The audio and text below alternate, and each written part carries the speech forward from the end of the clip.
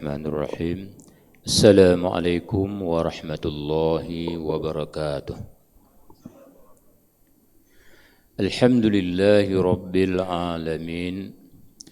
Alladzi khalaqas samawati wal ard wa ma bainahuma wa ma tahta ath-thara wa ila Allahi turja'ul umur.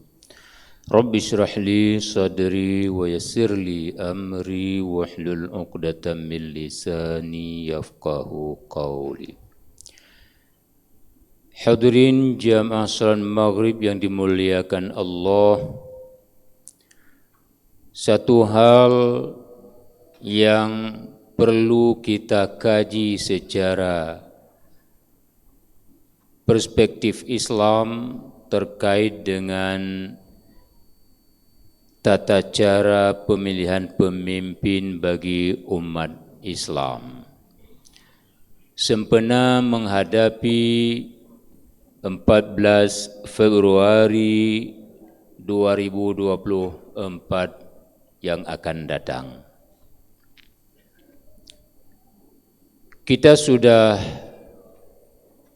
memahami, sudah kita sampaikan bahwa model pemilihan pemimpin yang ada hari ini itu tidak pernah terjadi secara persis di zaman Nabi dan Khulafaur Rasyidin.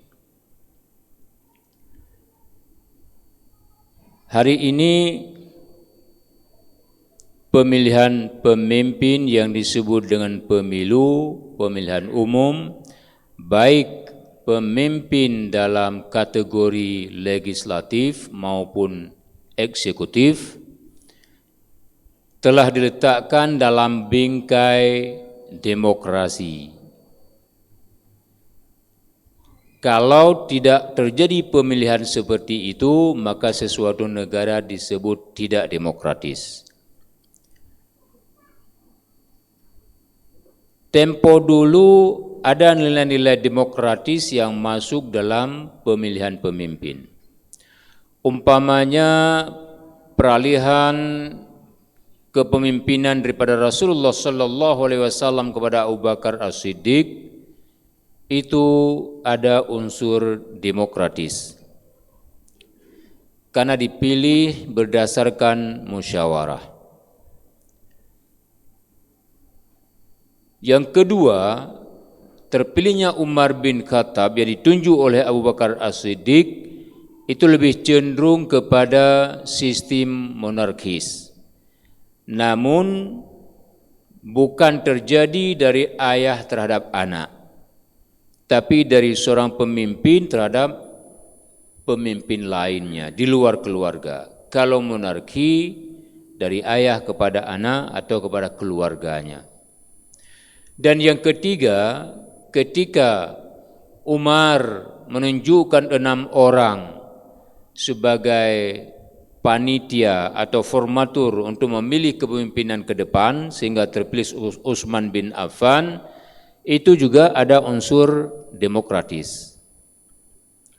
Ketiga, ketika Abbas berbaiat kepada Ali personal seorang diri, kemudian diikuti oleh sebagian besar umat Islam lain dan ada yang tidak membaiatnya seperti Muawiyah umpamanya, maka itu antara demokratis dan monarkis.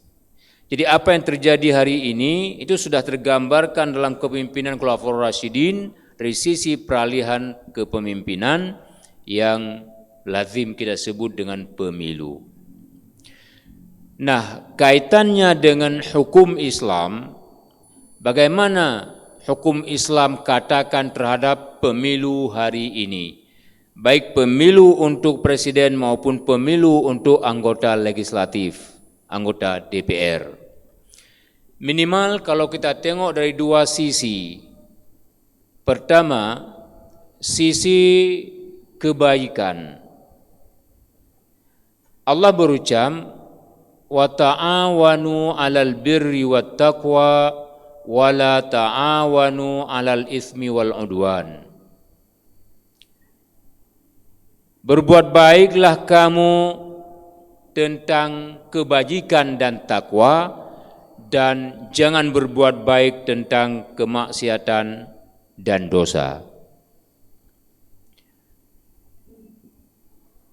Mau tidak mau, pemilu itu akan jadi. Mau tidak mau, pilpres itu akan berjalan.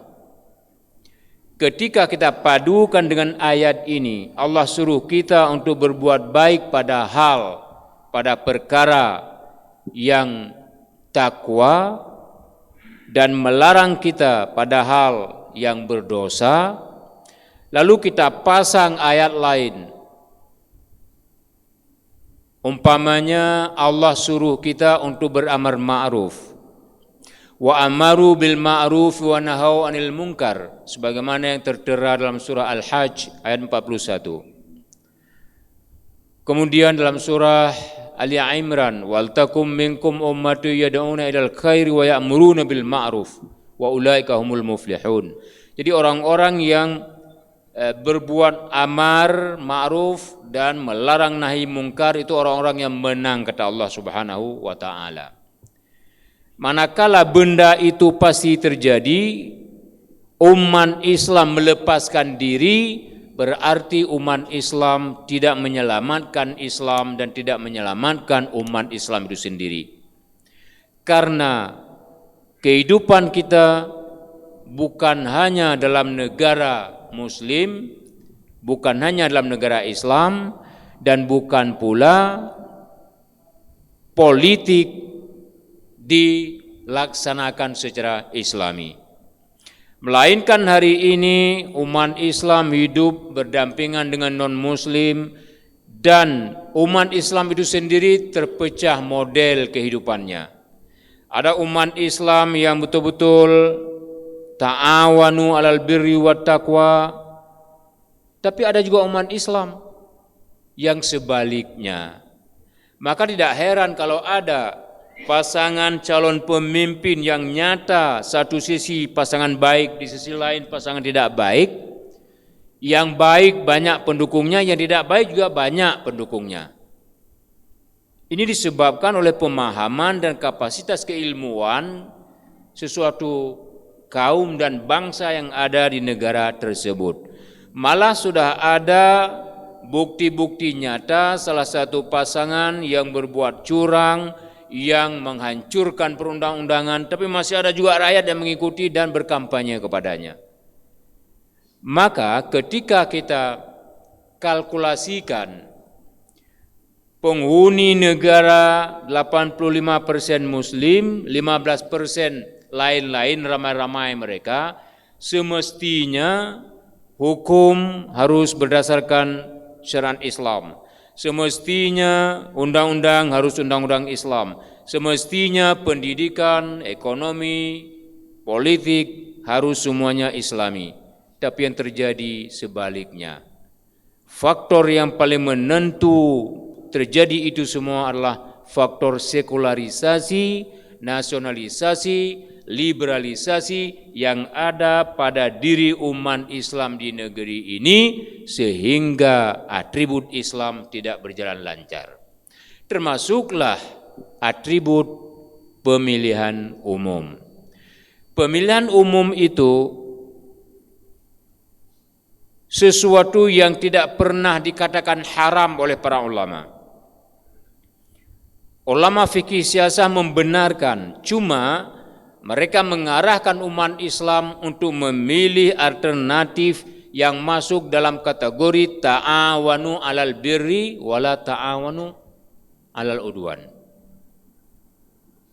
Ta'awanu alal birri wat taqwa wala ta'awanu alal ismi wal udwan.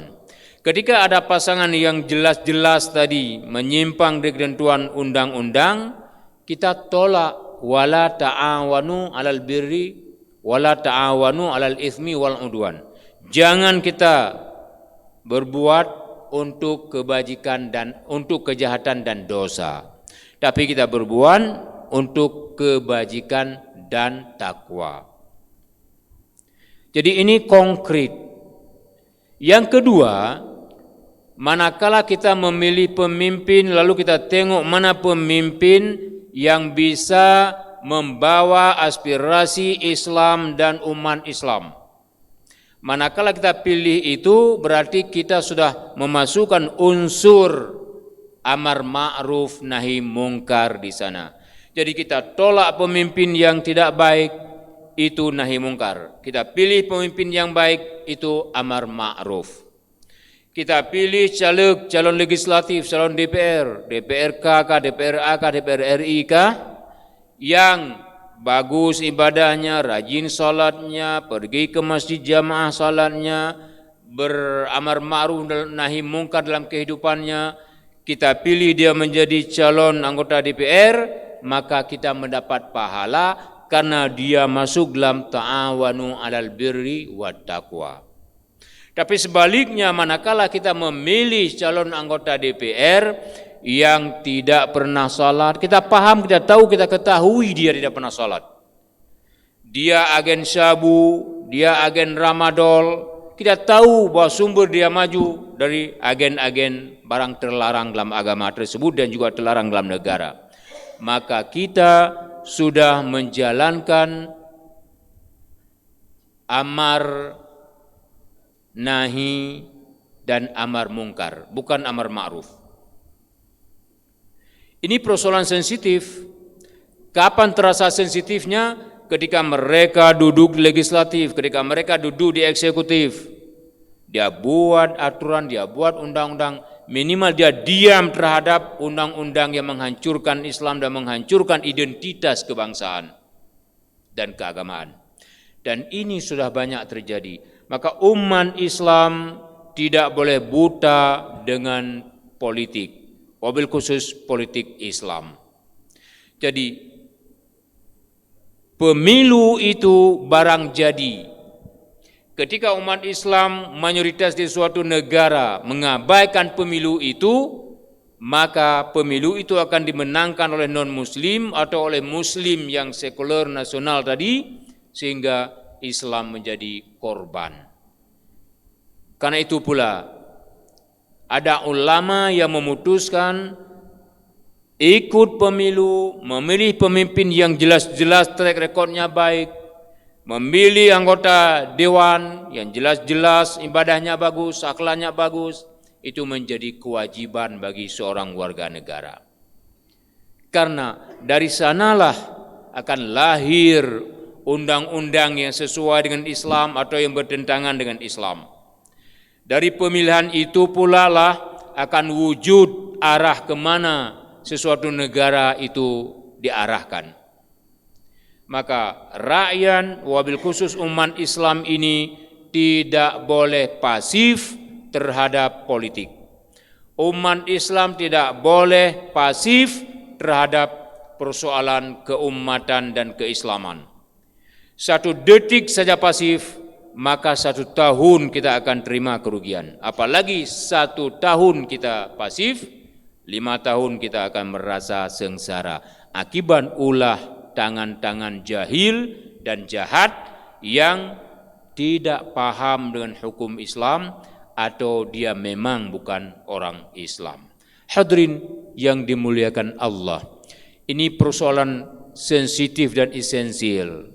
Dan kita harus kemukakan, harus kumandangkan persoalan ini di mana-mana tempat di merata kalangan umat, sehingga umat Islam ini tidak tertipu setiap kali pemilu. Sehingga umat Islam ini tidak jatuh dalam lubang yang sama. Keledai saja yang bukan manusia, dia tahu lubang yang pernah dia tersungkur ke dalamnya. Maka ketika dia melalui jalan tersebut, dia akan mengelak dari lubang tersebut agar tidak tersungkur dalam lubang yang sama. Maka aneh bin ajaib, binti mengerikan kalau umat Islam tiap 5 tahun sekali tersungkur dalam lubang yang sama. Rut lam ruhung sed dan lerut lam ruhung sednya hanjra-jra sampai mati. Ini umat Islam yang luar biasa dungu dan jahilnya. Semoga saja kita paham akan hakikat ini sehingga tidak ada yang berpendapat bahwa pemilu itu tidak sesuai dengan Islam sehingga kita tidak perlu pilih, kita harus golput, mengajak orang lain lagi. kertas suara kita yang golput itu digunakan oleh tangan-tangan jahat untuk memperbanyak suara mereka dan dijual oleh mereka kepada orang tertentu, sehingga posisi umat Islam termarginalkan karena orang-orang Islam yang jahil dan dungu tadi tidak mau mengkaji lebih dalam tentang eksistensi pemilihan umum. Semoga saja akan menjadi pencerahan bagi kita semua. Wassalamualaikum warahmatullahi wabarakatuh.